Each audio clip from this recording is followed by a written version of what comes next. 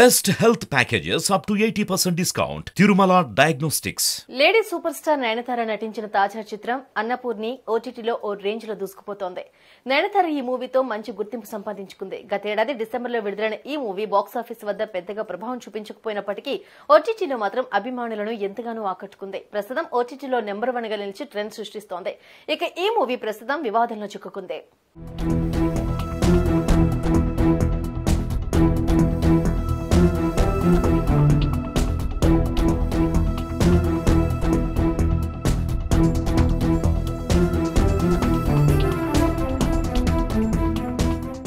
Lady super star Nayanthara నటించిన 75వ movie Annapoorani the garden of food.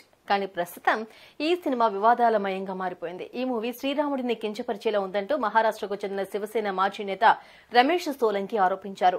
Annapurni movie హిందువుల మనోభావాలను దెబ్బతీసేలా ఉందని, లవ్ జిహాద్ ప్రోత్సహిస్తుందని ఆయన మండిపడ్డారు. తమ మనోభావాలు దెబ్బతినేలా రాముడిని కించపరిచారని ఆరోపించారు.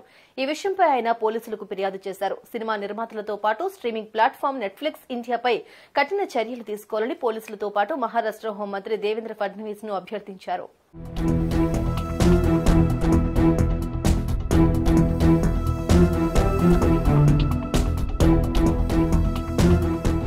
ఇక నెట్ఫ్లిక్స్ ఇండియా, జీ స్టూడియోస్ ఉద్దేశపూర్వకంగా హిందువుల మనోభావాలను దెబ్బతీసేలా ఈ చిత్రాన్ని రూపొందించి విడుదల చేశారని, మతపరమైన మనోభావాలను దెబ్బతీసినందుకు అన్నపూర్ణి చిత్ర దర్శకుడు నీలేష్ కృష్ణ, నయనతార నిర్మాతలు Jatin Sethi, R Ravindran, Puneet Goenka, Zee studio chief business officer Shariq Patel, Netflix India head మోనికాపై ఎఫ్ఐఆర్ నమోదు చేయాలని రమేష్ సోలంకి కోరారు. అయితే ఈ విషయంపై ఇప్పటివరకు మూవీ మేకర్స్ కానీ స్ట్రీమింగ్ ప్లాట్ఫామ్ మాత్రం స్పందించలేదు.